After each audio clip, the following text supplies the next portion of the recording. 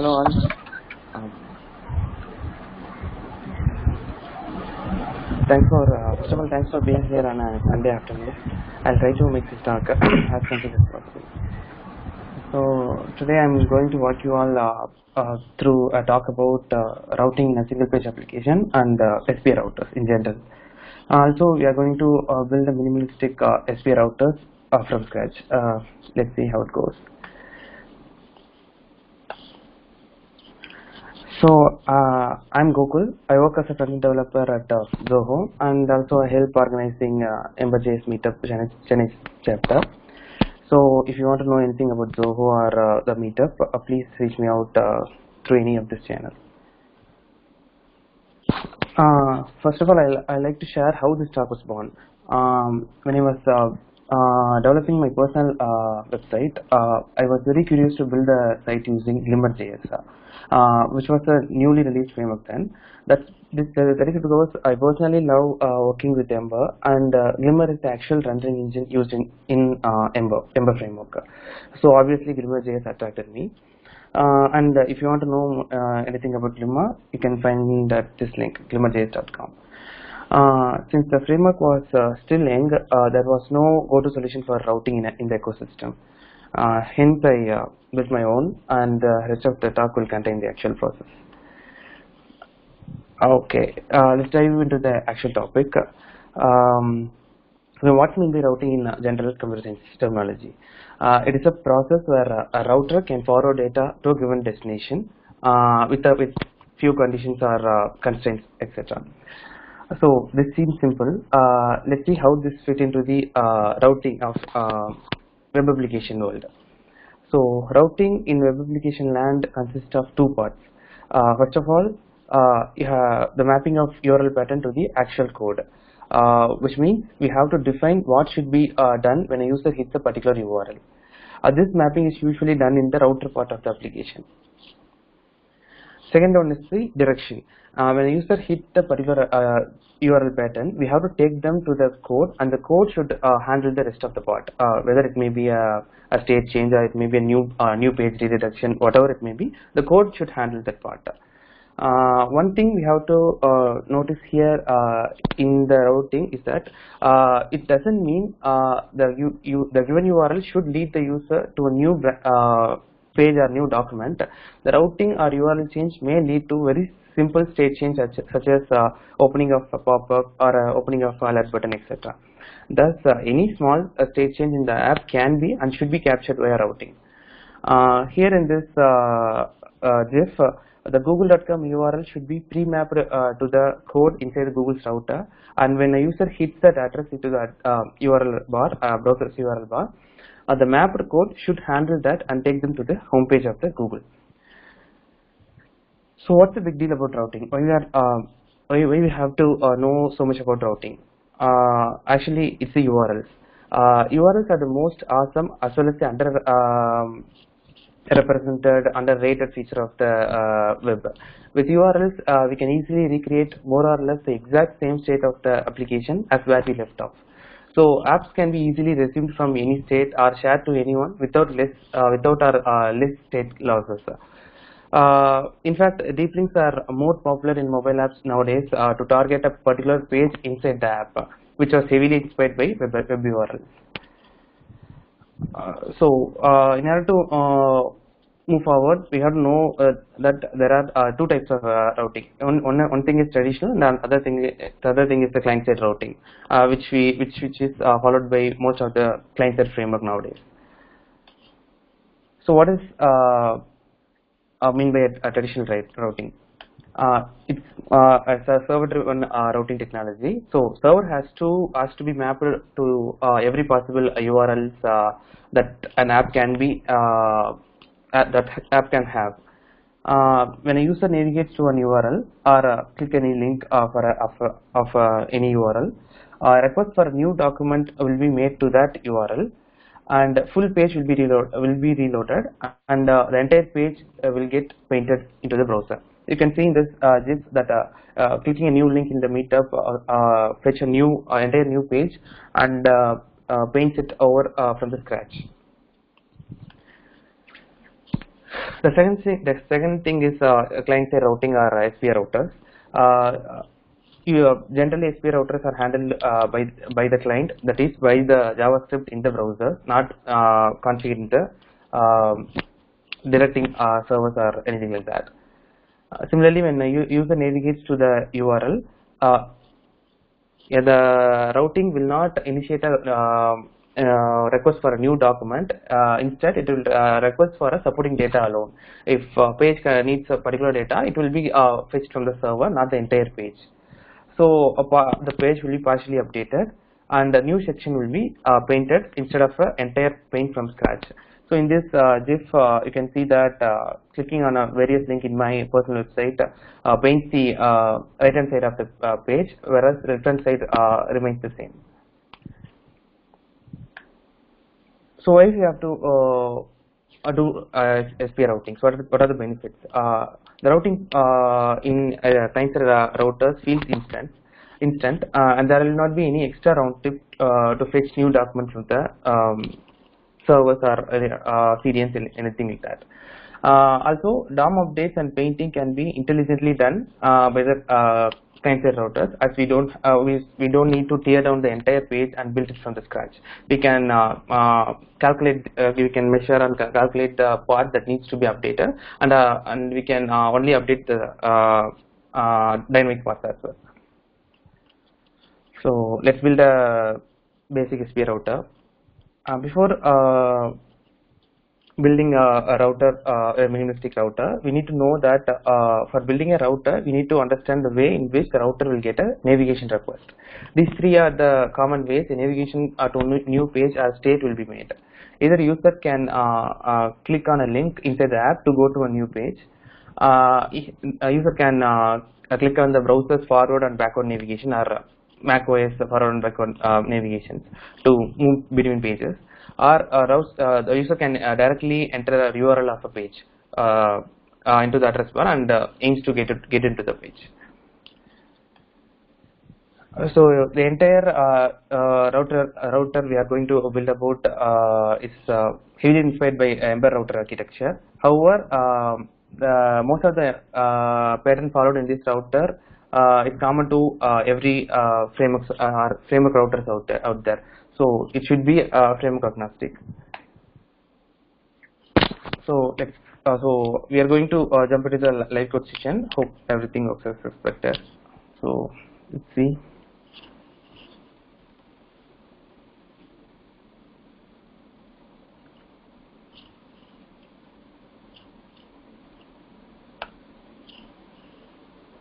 Okay.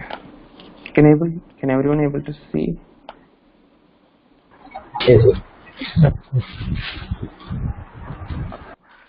Okay. I have already started the server for this web page. So this web page contains three links: a home page, an about page, and a contact page. So as you can see, while clicking on these links, a new document request has been initiated for each pages, and the entire page will be downloaded from the server, and it will be painted onto the browser. So we are going to build a router to switch from server routing to client-side routing. Let's start. Let's inject the router first and create a router. Oops.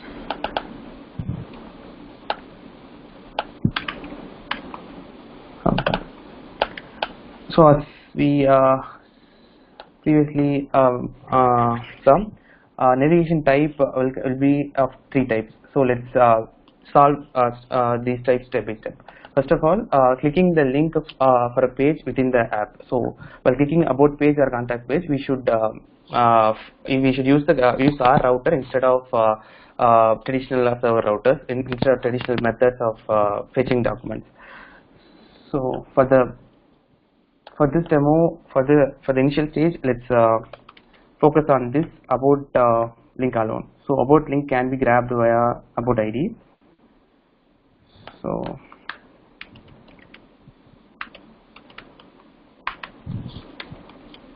we have to add a listener for click.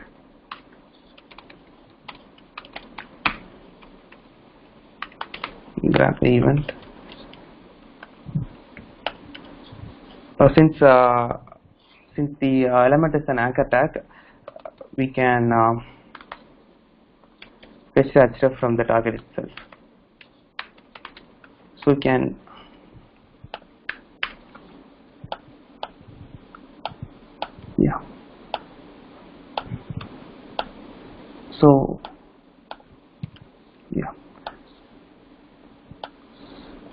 So this is the page I'm going to navigate /about.html.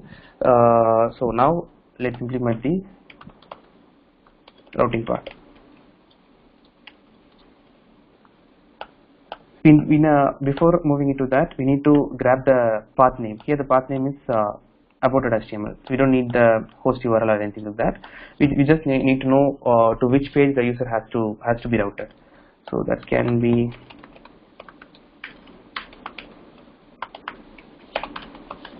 extracted using the URL API.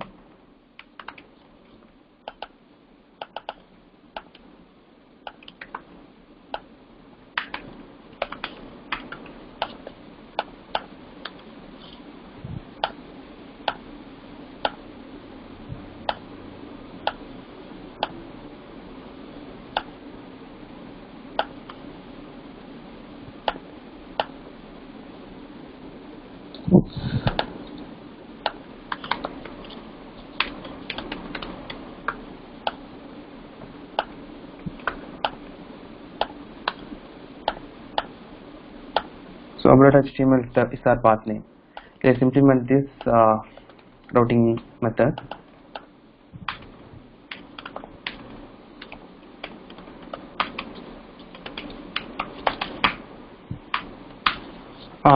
So if we want to implement this routing data, we need to know what should be there in the about page. So if we go to the about page,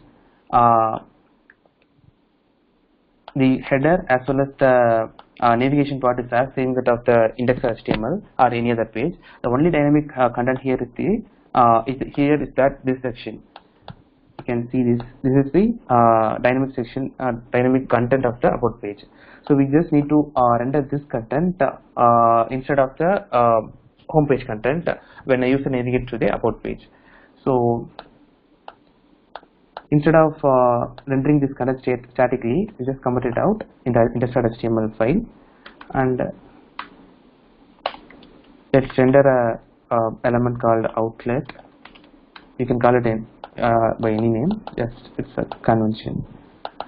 So this outlet will be containing all the dynamic content of the page. So if I move to about page or contact by the page or any other page, this outlet section will be dynamically rendered based on the navigation.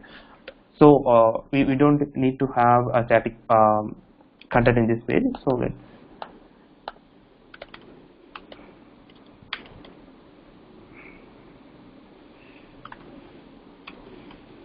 let's render the HTML means static HTML of the about page. This is static HTML of the about page. So let's paste it out. So okay, before experimenting that, since it is an anchor tag, you can see that while clicking on the link, the entire page will be reloaded. So we have to first prevent that prevent the browser from doing that. So we need to add a prevent default. So anchor tag will not reload the page, will not fetch or reload any page content. So since we have removed the index content, there won't be any content here. It's fine as of now. So let's click on the about page. So our dynamic content is rendered. So the part of the problem has been solved. So when I click a link, without fetching a new document from the server, we handle the request from within the browser JavaScript itself. But there is one problem here. The URL part is not updated to the about page. It's still pointing to the home page or index page. Let's fix that. Since every URL address or browser navigation is handled by history API of browser, we can push state manually to the history API. To do that, we need to use the push state API. Push state API will accept three arguments: state, title, as well as the URL that need to be updated to the address bar. So in this case, we need to update the address bar to path name, which path name the user is requesting. Title is we can leave it as empty string. State is nothing but the part where the user, if the user returns to the page, the same state can be given to the code to manipulate the DOM. So we can use any serializable object. We can use functions or anything like that. For the simplicity, we can just use the path name itself. So let's try.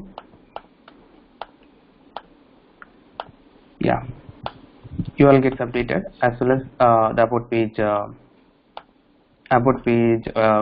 pages dynamic content is also rendered. You can see that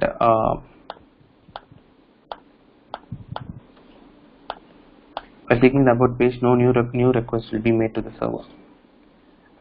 We have just solved the problem for the about page. Let's do it as a whole. We should solve for all the links to the page.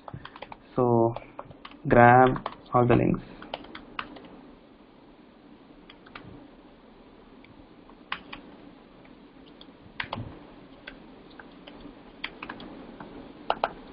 I attach the event for everything.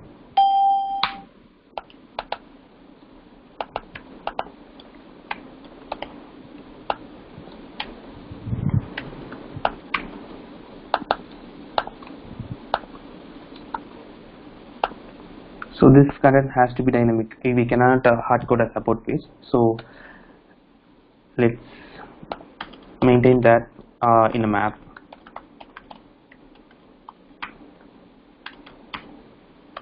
So if path name is slash, the template needs to be this dynamic content.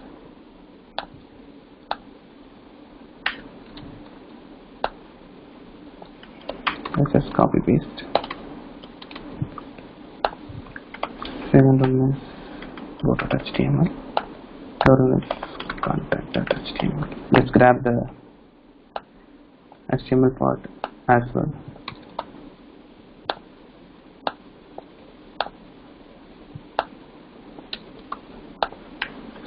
So we have a route map now. So let's enter the template dynamically. So we know the path name for which the user initiated a request. So let's get this template as well. First, we need to pull the respective entry from route map. So route's path name should be equal to current path name. So template will be containing our HTML part.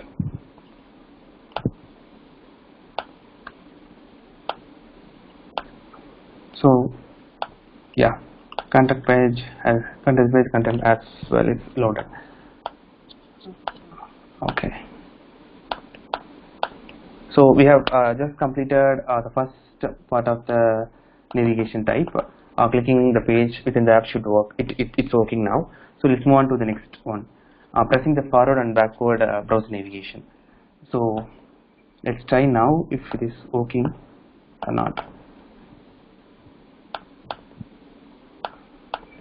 So URL gets updated about.html, but the content is not yet updated. So URL gets updated properly, but the respective content is not yet updated.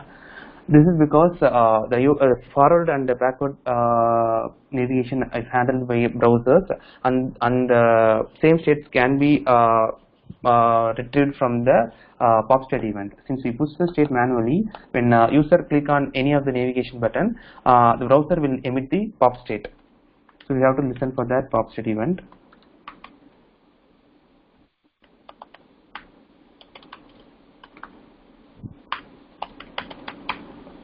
This event will contain the state. We have passed the state as path name, so this event will contain that information.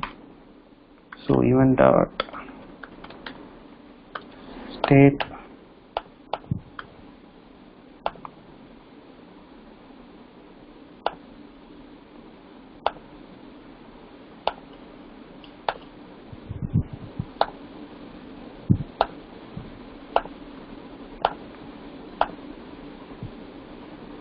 so clicking on the browse navigation should display the pop state.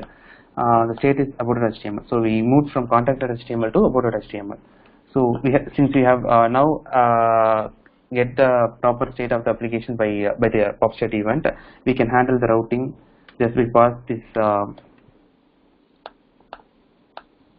state to the routing method. We have already implemented the routing method, so we just need to pass that state to the routing method.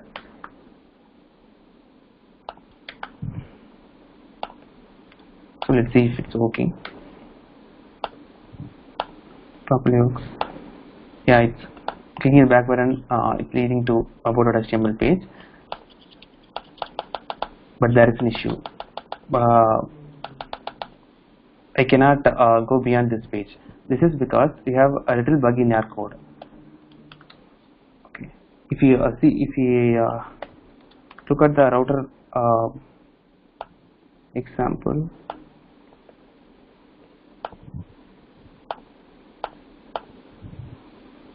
When you click on the backward button of the browser, the pop state event is triggered. The state is about.html.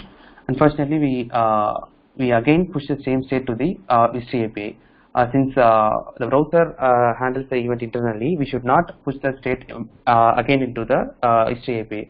If you push like this, the event will be triggered in a loop. So if you need to handle the push state pop state event manually, so we need to stop pushing the state when it comes from the pop state method. So let's pass a boolean. It should check if it is the pop state, and let's not push.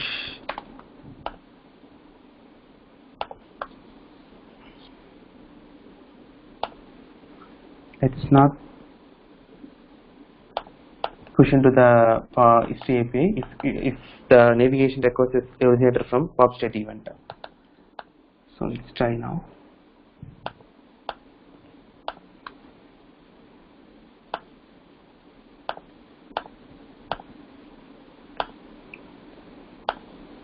Yeah, it is working. This initial means the index page request is not yet served because while popping the state from any page to index page, the pop state will return the state will return as null because there is no state here in this URL as slash. We have mapped the page to slash, so nothing will happen here. So to fix that, let's if path name is triple equal to null, let's consider it as slash, otherwise the same path name. So yeah, totally. So switching back to the home page, we will render the home page content as well. Okay.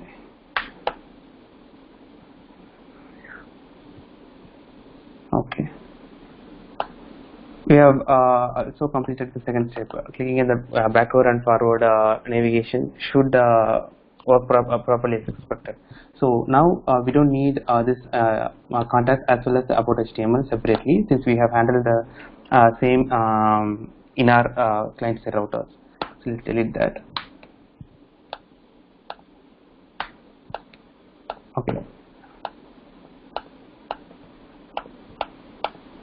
So if we access the application, everything works fine. So let's move.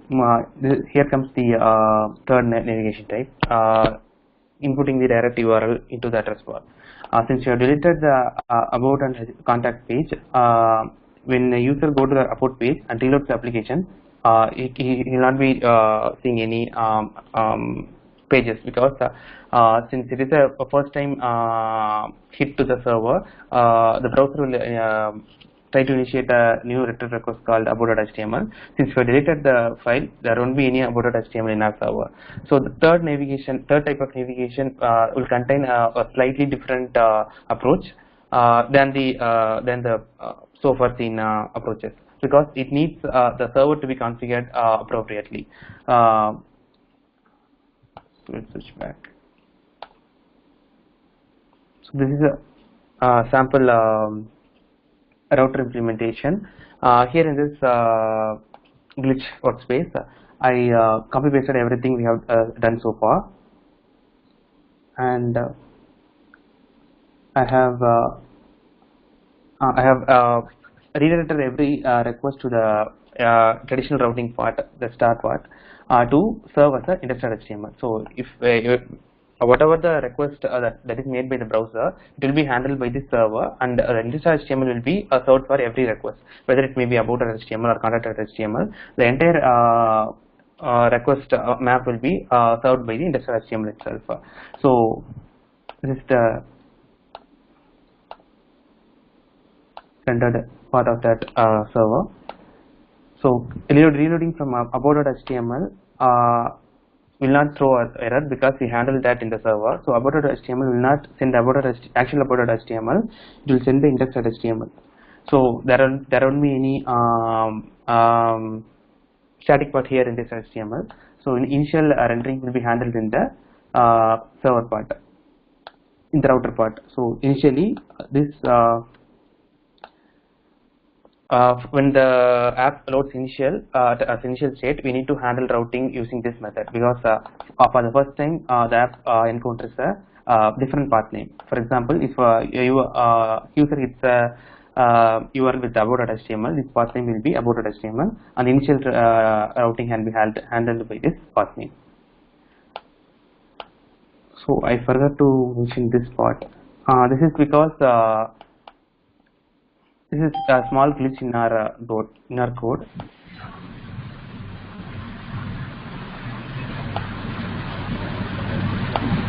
Yeah.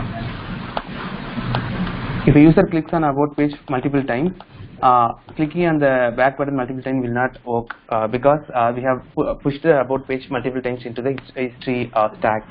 So in order to prevent that, we need to check if the current page is a path name, and if it is true, we should not we should not do anything. Actually, we should return that function.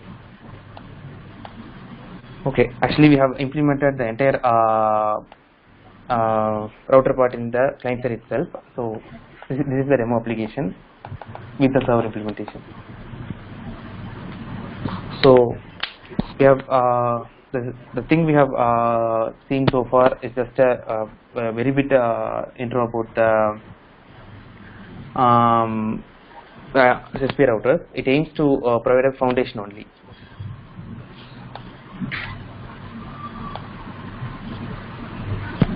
Yeah, but there's a lot more to cover when considering a feature-rich SSP like Ember router or React router, etc.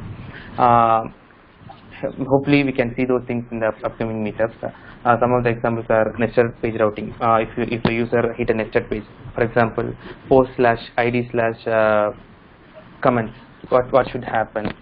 Those things have to be discussed, as well as the query params and the default index pages, etc. These are the links for the demo code we have just seen.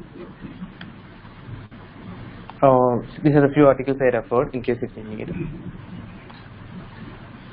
Thanks for the time. Any questions?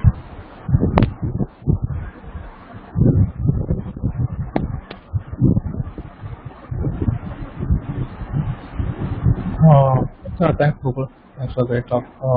As of now, I think queries, and I feel to fetch a dynamic content instead of hard coding the template in upcoming session, I believe you use some fetcher page to grab that thing. Is that right, or something is in new one? Yeah, we can do that. Usually in SPS, even if it's React or Ember, the initial the content will be downloaded from the JS itself. So JS will construct the virtual DOMs and all. So this part is so this this template part can be handled by any of the applications, application framework like React. We can use React components here or Ember components here or lit-HTML, whatever we can, whatever we are comfortable with, we can do that. Yeah, we can even fetch from the server about the particular template only and render this. I think React is using this kind of paradigm. I don't know exactly, but yeah, they fetch the template dynamically when the user lands on the page. I don't know exactly. Yeah, most of the things would do like that, but React I also don't know what exactly, because it's actually creating a shadow DOM and try to compare the two DOMs and just changing the appropriate ones. Exactly. Those are things handled by the React. By React, yes. That's why the React is much more faster than the other JavaScript framework for handling of huge data, I think. Yeah.